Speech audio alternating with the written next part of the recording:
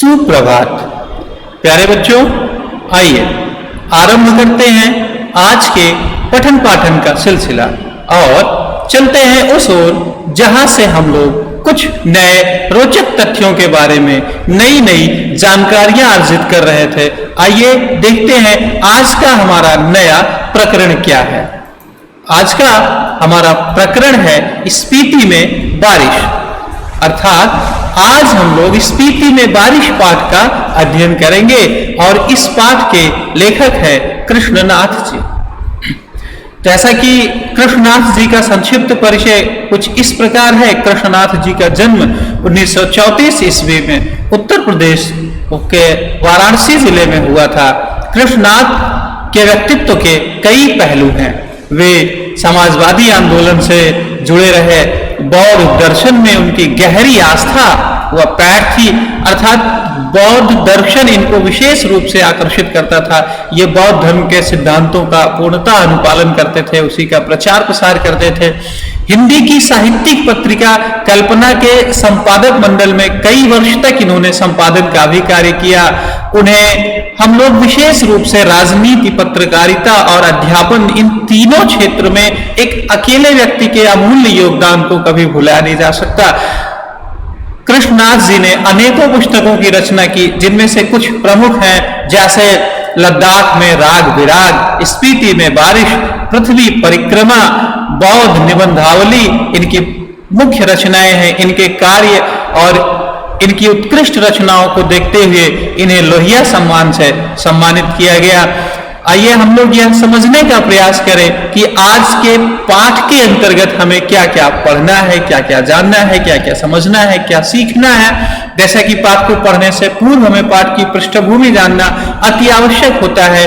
तो पाठ की पृष्ठभूमि में यह पाठ हमारा यात्रा वृतांत है, और जैसा कि आपको विदित है कि यात्रा वृतांत हिंदी गद्य लेखन की एक विधा है। इसके अंतर्गत क्या होता है कि लिखने वाला अर्थात लेखक किसी भी स्थान का, किसी भी देश का, किसी भी परिवेश का वर्णन अपने अनुभवों के आधार पर करता है। यदि कोई भी व्यक्ति कहीं घूमने जाता है या सैर सपाटे के लिए जाता है और उसके से अर्जित जो अनुभव है उसको लिपिबद्ध करता है, तो यह लिपिबद्ध करने की जो प्रक्रिया है वो यात्रा वृतांत कहलाती है। ऐसे ही इस पाठ में स्पीति, जो कि हिमाचल प्रदेश में स्थित है, उसका वर्णन किया गया है कि वहां की क्या क्या स्थितियां हैं। स्पीति के भौगोलिक और प्राकृतिक परिवेश वहां के कुछ ऐसे हैं कि जिससे वह अन्य पर्वतीय स्थलों से स्वतः भिन्न हो जाती है।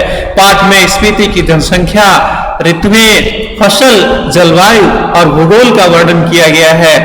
पाठ में स्पीति के कुछ दुर्गम क्षेत्रों का वर्णन किया गया है, जहां पर लोग बड़ी कठिनता पूर्वक अपना जीवन यापन करते हैं।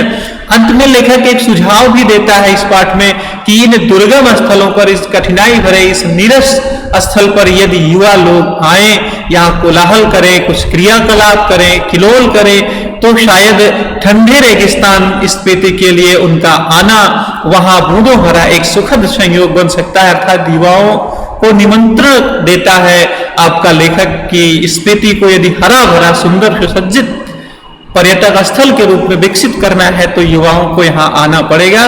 जैसा कि आप जानते हैं कि स्पीति हमारे भारत देश के हिमाचल प्रदेश राज्य में है। इस भारत के राजनीतिक मानचित्र में आप लाल रंग का घेरा बना हुआ जो प्रदेश देख रहे हैं ऊपर से, वो आपका हिमाचल प्रदेश है। और इसी हिमाचल प्रदेश के मानचित्र में यह आपका लाहौल स्पीति जिला है। यदि आप इस मानचित्र को ध्यानपूर्वक देख रहे हैं तो आप समझ पा रहे होंगे कि हमारा लाहौल स्पीति जिला कौन सा है, और क्षेत्रफल की दृष्टि से शायद हिमाचल प्रदेश का सबसे बड़ा जिला है। आइए हम एक परिचय जाने पाठ में क्या है। स्पीति का एक संक्षिप्त परिचय लेखक बताता है कि स्पीति हिमाचल प्रदेश के लाहौल स्पीति जिले की तहसील है। लाहौल स्पीति का यह योग भी आकस्मिक ही है। ऊंचे दर्रे और कठिन रास्तों के कारण यहाँ इतिहास में भी कम ही रहा है। अलंघ्य भूगोल यहाँ इतिहास का सबसे बड़ा कारक है। अर्थात लेखक यह बताना चाहता है, इन पंक्तियों के माध्यम से लेखक यह कहना चाहता है कि स्पीति का जो भौगोलिक वातावरण है, भौगोलिक परिवेश है, वही यहाँ ज्यादा प्रभावी है, इसलिए स्पीति का इतिहास में कम स्थान रहा। आज हमारा भारतीय समाज इतना विकसित हो चुका है, फिर भी स्पीति आधुनिकतम संचार साधनों से रहित है। यहाँ प्रायः वायरलेस सेट का ही प्रयोग किया जाता है। आज भी यहाँ वर्ष में केवल 2 ही ऋतुएं होती हैं, एक शीत ऋतु जो कि दीर्घकालीन है और एक वसंत ऋतु जो कि अल्पकालीन है। 4 महीने का अल्प वसंत आता है, बाकी साल के 12 महीने में 8 महीने यहाँ शीत ऋतु ही रहती है। प्राचीन काल में स्पीति भारतीय साम्राज्य का अनाम अंग रही है। जब यह साम्राज्य टूटे तो यह स्वतंत्र रही है।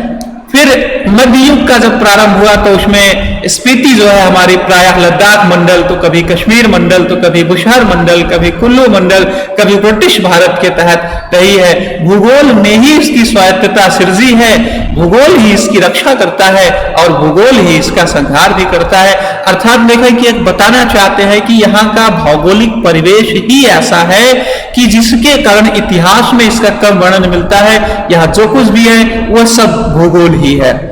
स्पीति में लोग, स्पीति के लोग कैसे अपना जीवन यापन करते हैं उसके बारे में लेखक आगे लिखते हुए कहता है कि यहाँ के लोगों का जीवन अत्यंत सरल है, जिसे देखकर कभी कभी हंसी आ जाती है। स्पीति के लोग इतने सीधे साधे, इतने सरल, इतने सज्जन हैं कि लेखक कह रहे हैं कि लेखक ने जब वहां की यात्रा की, जो लोगों से मिले, उनसे बातचीत किया, वार्तालाप किया, तो लेखक को यह लगा कि वहां के लोगों का जीवन बड़ा सरल है। कभी कभी हंसी भी आ जाती है। इसका एक उदाहरण लेखक ने प्रस्तुत किया है। यहाँ जब डायनामाइट का विस्फोट हुआ तो लाहौल स्पीति के जो लोग थे, जो लाहौली लोग थे, वो हदस कर अर्थात डर कर, आंखें बंद करके चगमा जो कि एक प्रकार का वृक्ष है उसका तना पकड़कर, या आसपास जो भी लोग थे उनको एक दूसरे को पकड़ करके वो बैठ गए। और जब धमाका गुजर गया, यानी जब धमाका शांत हुआ, आवाज जब शांत हुई, तब ये लोग फिर से उठे और एक दूसरे को देखने लगे। ठीक ऐसे ही बताते हैं एक बार की घटना और है। जोरावर सिंह नाम का एक डाकू है, इसने जब उस क्षेत्र पर आक्रमण किया तो यहाँ के लोगों ने यही क्रियाकलाप दोहराया, एक दूसरे को पकड़कर बैठ गए, शांत होकर के, या तो वो उस जगह को छोड़कर भाग गए।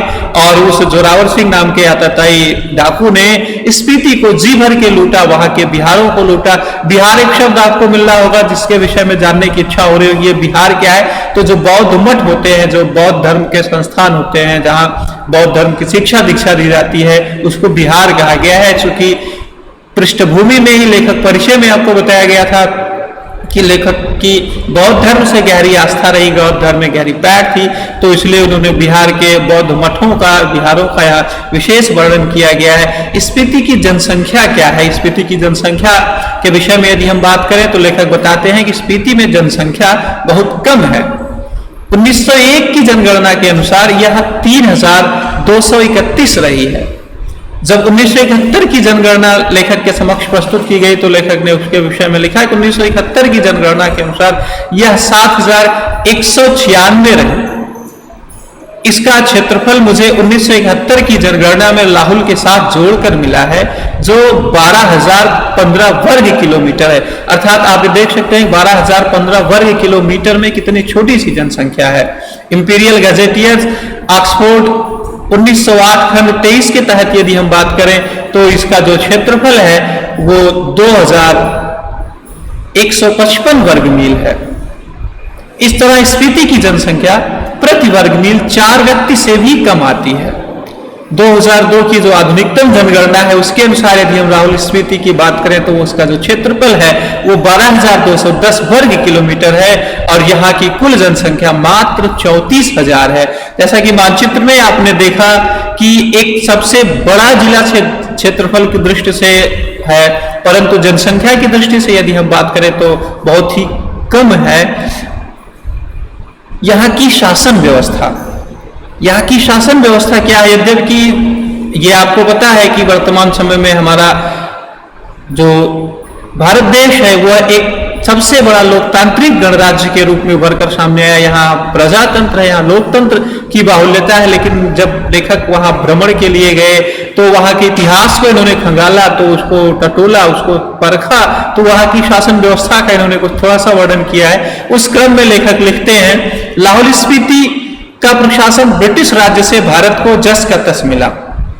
अर्थात जैसे लेखक जिस परिवेश में वहां गए थे वह परिवेश ब्रिटिश राज्य के प्रवेश के जैसा ही था। अंग्रेजों ने यह 1946 ईस्वी में कश्मीर के राजा गुलाब सिंह के जरिए मिला। अंग्रेजों को 1846 ईस्वी में राजा गुलाब सिंह ने भेंट किया था इस राज्य को। अंग्रेज इनके जरिए पश्चिमी तिब्बत के उन क्षेत्रों में प्रवेश पाना चाहते थे, अर्थात अंग्रेजों की एक इच्छा थी, अंग्रेजों की एक योजना थी कि पश्चिमी तिब्बत में प्रवेश के लिए की, और उन्होंने राजा गुलाब से मिलकर के इस क्षेत्र को अपने कब्जे में किया, अपने वश में किया, जिसके जरिए वो पश्चिमी तिब्बत में प्रवेश पाने का जो रास्ता है वो बड़ा आसान हुआ। 1846 ईस्वी में कुल्लू, लाहौल, स्पीति ब्रिटिश अधीनता में आए। पहले सुपरिटेंडेंट के अधीन रहे, फिर 1847 में वे कांगड़ा जिले में शरीक कर दिए गए।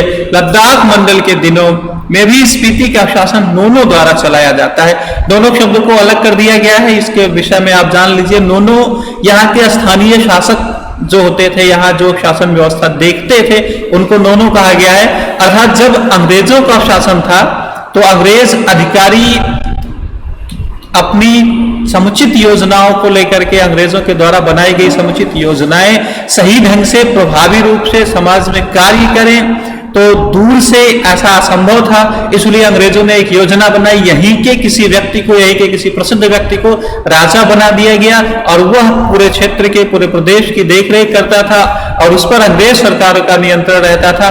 तो उसी स्थानीय शासक को नोनो कहा गया और इनका अधिकार जो है द्वितीय दर्जे के मजिस्ट्रेट के बराबर था। लेकिन स्पीति के जो लोग हैं, स्पीति के जो निवासी हैं, इन्हें अपना राजा मानते थे और किसी कारणवश यदि राजा वहां उपस्थित ना हो तो इनकी दमयंती को रानी मानते थे। प्यारे बच्चों, आज के क्रम में इतना ही। आइए हम ये जानने का प्रयास करते हैं आज के इस वीडियो में आपने और हमने मिलकर क्या सीखा। हल करते हैं इस कार्य प्रपत्र को। आज के कार्य प्रपत्र का हमारा पहला प्रश्न है, स्पीति के लोग किसी आक्रमणकारी से कैसे अपनी सुरक्षा करते हैं। आज का दूसरा प्रश्न है, स्पीति का इतिहास में वर्णन क्यों नहीं मिलता है। और तीसरा प्रश्न है, लाहौल स्पीति में आवागमन की क्या कठिनाइयां हैं। और आज का आखिरी यानी चौथा प्रश्न है, नोनो का संक्षिप्त परिचय दीजिए। आज के अंक में बस इतना ही। धन्यवाद। आपका दिन मंगलमय।